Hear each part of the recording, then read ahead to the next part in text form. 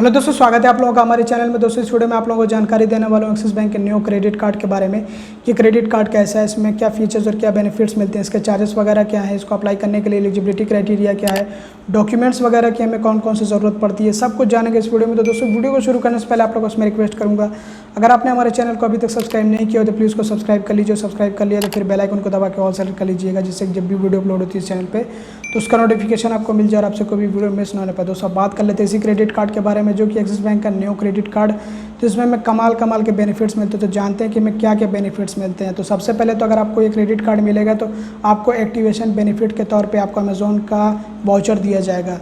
तो ये जो वाउचर होता है 250 रुपये का होता है। तो अगर आपको ये वाउचर चाहिए तो 30 डेज़ के अंदर यानी कि 30 दिन के अंदर आपको फर्स्ट ट्रांजैक्शन करना होगा, यानी कि 30 दिन के अंदर आप जो फर्स्ट ट्रांजैक्शन करते हो तो आपको ये जो है अमेज़ॉन का वाउचर दे दिया जाता है 250 रुपये का। इसके अलावा दोस्तों बुक माई शो का भी आपको जो गिफ्ट वाउचर दिया जाता है, जो कि 300 रुपये का होता है। और इसके लिए आपको जो यूनिक कोड भेजा जाता है आपके ईमेल आईडी पे और आपके एसएमएस पे सेपरेटली।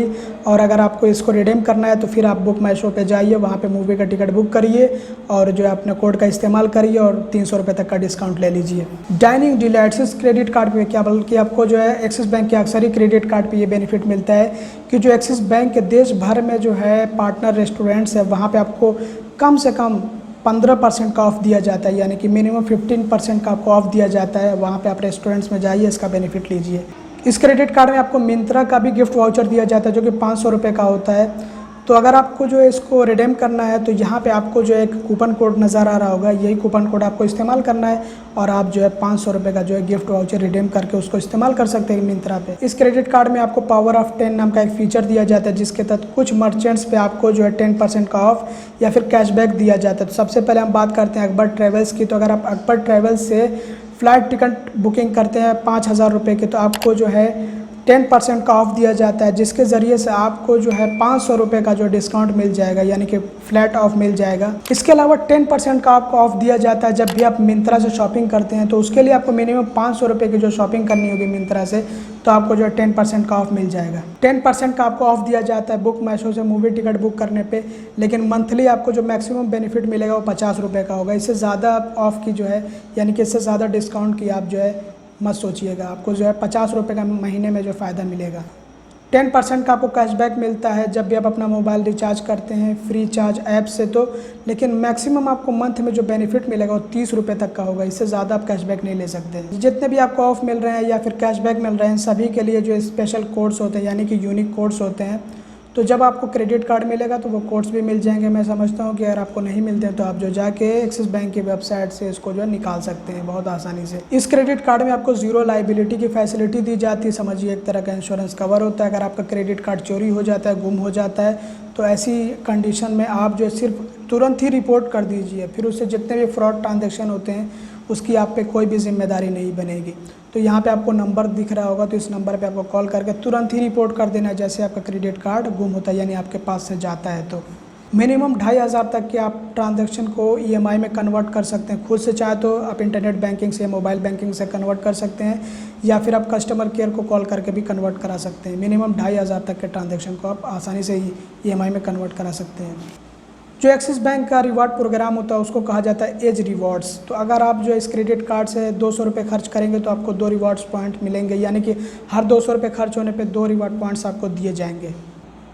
दोस्तों अब बात कर लेते हैं एलिजिबिलिटी क्राइटेरिया के बारे में। तो जो एज होनी चाहिए वो कम से कम 18 और ज़्यादा से ज़्यादा 70 साल की, यानी कि 18 से लेकर के 70 साल का कोई भी पर्सन इस क्रेडिट कार्ड के लिए एलिजिबल है। हाँ, जो है सैलरीड होना चाहिए या फिर सेल्फ एम्प्लॉयड होना चाहिए, मतलब कम से कम सैलरी या फिर जो है उसको इनकम आती हो तभी तो क्रेडिट कार्ड अप्लाई करेगा। अगर आप जो है इस क्रेडिट कार्ड के बेस पे अपने किसी फैमिली मेम्बर को एड ऑन कार्ड दिला रहे हैं तो उसकी एज होनी चाहिए, यानी जिसको दिला रहे हैं कम से कम जो है 15 साल की होनी चाहिए, यानी कि 15 एबव होना चाहिए, 15 से ऊपर होना चाहिए, तो क्रेडिट कार्ड आप दिला सकते हैं। तो सब बात कर लेते हैं डॉक्यूमेंट्स के। तो जो डॉक्यूमेंट्स होते हैं वो उसमें सबसे ज़्यादा ज़रूरी होते हैं केवाईसी डॉक्यूमेंट्स। तो केवाईसी डॉक्यूमेंट्स में आपका आधार कार्ड और आपका पैन कार्ड आज के टाइम में लिया जाता है। वैसे इसकी जगह पे आप दूसरे भी जो है केवाईसी डॉक्यूमेंट सबमिट कर सकते हैं। मतलब एक आईडी प्रूफ होना चाहिए और आपका एक एड्रेस प्रूफ होना चाहिए। और आपको मैं अक्सर ही वीडियो में बताता रहता हूँ केवाईसी डॉक्यूमेंट्स के बारे में, तो इसमें क्या मैं बताऊँ, हर वीडियो में एक ही बात सही नहीं लगती है। इसके अलावा दोस्तों आपको आपके इनकम का भी प्रूफ देना होगा, जैसे कि अगर आप जो है सैलरीड है तो आप जो है लेटेस्ट सैलरी स्लिप दे सकते हैं, बल्कि सैलरी स्लिप्स देना होगा लेटेस्ट, मतलब 3 महीने, पिछले 3 महीने की या फिर पिछले 2 महीने की। और इसकी जगह पे आप चाहे तो फॉर्म 16 भी दे सकते हैं। और अगर आप सेल्फ एम्प्लॉयड हैं तो फिर आपको जो ITR की कॉपी पिछले साल की देनी होगी, मतलब लेटेस्ट वाली होनी चाहिए। दोस्तों अब बात करते हैं फीस और चार्जेस के बारे में। तो जो इसकी ज्वाइनिंग फ़ी हो 250 रुपये, लेकिन अगर आप इस क्रेडिट कार्ड से 45 दिनों के अंदर कम से कम 2500 या से ज़्यादा खर्च कर देते हैं तो जो ज्वाइनिंग फ़ी होती है वो रिवर्स कर दी जाती है, मतलब वो माफ़ कर दी जाती है। और जो इसकी एनुअल फ़ी वो भी 250 रुपये है। और अगर आप इस क्रेडिट कार्ड के बेस पे एड ऑन कार्ड लेते हैं तो उसकी ना तो कोई ज्वाइनिंग फ़ी है और ना ही कोई एनुअल फ़ी है। अगर आप अपने इस क्रेडिट कार्ड को रिप्लेस कराते हैं, जैसे अगर आपका क्रेडिट कार्ड चोरी हो गया या फिर जो गुम हो गया, उसको आप रीइशू कराते हैं, अगर आपका वो डैमेज हो गया कार्ड, तो ऐसी कंडीशन में आपसे किसी भी तरह कोई भी फ़ी नहीं ली जाएगी, यानी कि वेव्ड है। कैश पेमेंट फ़ी, अगर आप अपने क्रेडिट कार्ड का बिल का पेमेंट कैश से करते हैं काउंटर पे जाके, तो ऐसे में जो आपको 100 रुपये की फ़ी देनी होगी। अगर आप डुप्लीकेट स्टेटमेंट लेते हैं तो ऐसे में आपको जो उसके लिए कोई भी फ़ी या जो कोई चार्ज नहीं देने का, वेव्ड है। अगर आप चार्ज स्लिप लेते हैं या फिर चार्ज स्लिप की कॉपी लेते हैं तो ऐसे में आपको किसी तरह की कोई भी फ़ी नहीं देनी है, ये भी वेव्ड है, माफ़ है। आउट स्टेशन चेक फ़ी, तो जैसे कि आपको मैं पहले भी बता चुका हूँ कि आउट स्टेशन चेक होता है कि आपने चेक इशू किया तो वो चेक जो है भेजा जाता है जिस भी बैंक पे आधारित होता है, वो जो उस ब्रांच में जाता है या फिर जो क्लियरिंग हाउस होता है वहाँ पे जाता है। तो ये जो भेजा जाता है कुरियर के ज़रिए से या फिर पोस्ट के ज़रिए से, तो इसलिए इसके लिए भी एक फ़ी होती है। लेकिन यहाँ पे अगर आप इस क्रेडिट कार्ड के लिए इस्तेमाल करेंगे तो किसी तरह कोई भी फ़ी नहीं आपसे ली जाएगी। मोबाइल अलर्ट्स ट्रांजेक्शन्स, यानी कि आपको जो SMS मिलते हैं ट्रांजैक्शन वगैरह के, तो उसके लिए भी कोई फ़ी नहीं है, वो भी माफ़ है। अगर आप अपने क्रेडिट कार्ड को हॉट लिस्ट कराते तो उसके लिए भी कोई चार्ज नहीं है, नील है बिल्कुल। बैलेंस इंक्वायरी का भी कोई चार्ज नहीं है, भी माफ़ है, वेव्ड है। फाइनेंस चार्जेस, तो जैसा कि आपको पता है कि अगर आप अपने क्रेडिट कार्ड का बिल का पेमेंट जो है टाइम से नहीं करते हैं, यानी ड्यू डेट से पहले नहीं करते हैं, तो उस पर जो फाइनेंस चार्जेस पड़ते हैं, या फिर कैश विड्रॉल कर लिया आपने अपने क्रेडिट कार्ड से, तब तो उसी दिन से फाइनेंस चार्जेस पड़ने लगते हैं जिस दिन से आपने कैश विड्रॉल किए, पैसे निकाले। फाइनेंस चार्जेस को जो इंटरेस्ट चार्ज भी कहा जाता है, यानी इंटरेस्ट पड़ने लगता है जब आप अपने क्रेडिट कार्ड का बिल का पेमेंट नहीं करते हैं तो ड्यू डेट से पहले। तो जो इस क्रेडिट कार्ड पे आपको फाइनेंस चार्ज देने होंगे, अगर पर मंथ के हिसाब से देखा जाए तो 3.4% पर मंथ, जितना भी आपका जो है ओवर ड्यू का अमाउंट होगा उसी के हिसाब से लिया जाएगा, 3.4% पर मंथ। और अगर पर एनम की बात करी जाए तो फिर यहाँ पे आपको जो है 49.36% जो है पर एनम के हिसाब से आपको इंटरेस्ट पे करना होगा। कैश विड्रॉल फीस, तो अगर आप अपने क्रेडिट कार्ड से जो है पैसे निकाल लेते हैं, कैश विड्रॉल कर लेते हैं, तो उस पर इंटरेस्ट के साथ साथ फ़ीस भी लगती है। और ये जो फ़ीस होगी इस क्रेडिट कार्ड के लिए वो होगी 2.5% ऑफ द कैश अमाउंट, लेकिन आपको मिनिमम 500 रुपये देने होंगे, यानी कि 500 रुपये आपको देने ही देने हैं अगर 2.5% जो है 500 रुपये से कम है तो। लेकिन अगर 2.5% 500 रुपये से ज़्यादा है तो फिर आपको 2.5% देना होगा। तो इस तरह से जो है फ़ीस या चार्ज आपसे लिया जाता है। तो आप आगे भी इसी तरीके से हिसाब लगाते रहिएगा, जहाँ पे मैं मिनिमम बात करूँ कि आपको 500 रुपये 450 रुपये देने हैं, तो ये समझ लीजिएगा आपको कि जो भी ज़्यादा होगा वो लिया जाएगा आपसे। दोस्तों अब बात करते हैं ओवर ड्यू पेनल्टीज़ या फिर लेट पेमेंट फ़ीस की। तो ये जो आपको 100 रुपये से लेकर 700 रुपये तक जो है फ़ी देनी पड़ सकती है, जैसा जो है आपका ओवर ड्यू का अमाउंट होगा या फिर जो आउटस्टैंडिंग बैलेंस होगा उसी के हिसाब से। तो जैसे कि ओवर ड्यू अमाउंट 100 रुपये है, 100 रुपये तक है, तो आपको किसी तरह कोई लेट पेमेंट फ़ी नहीं देनी होगी।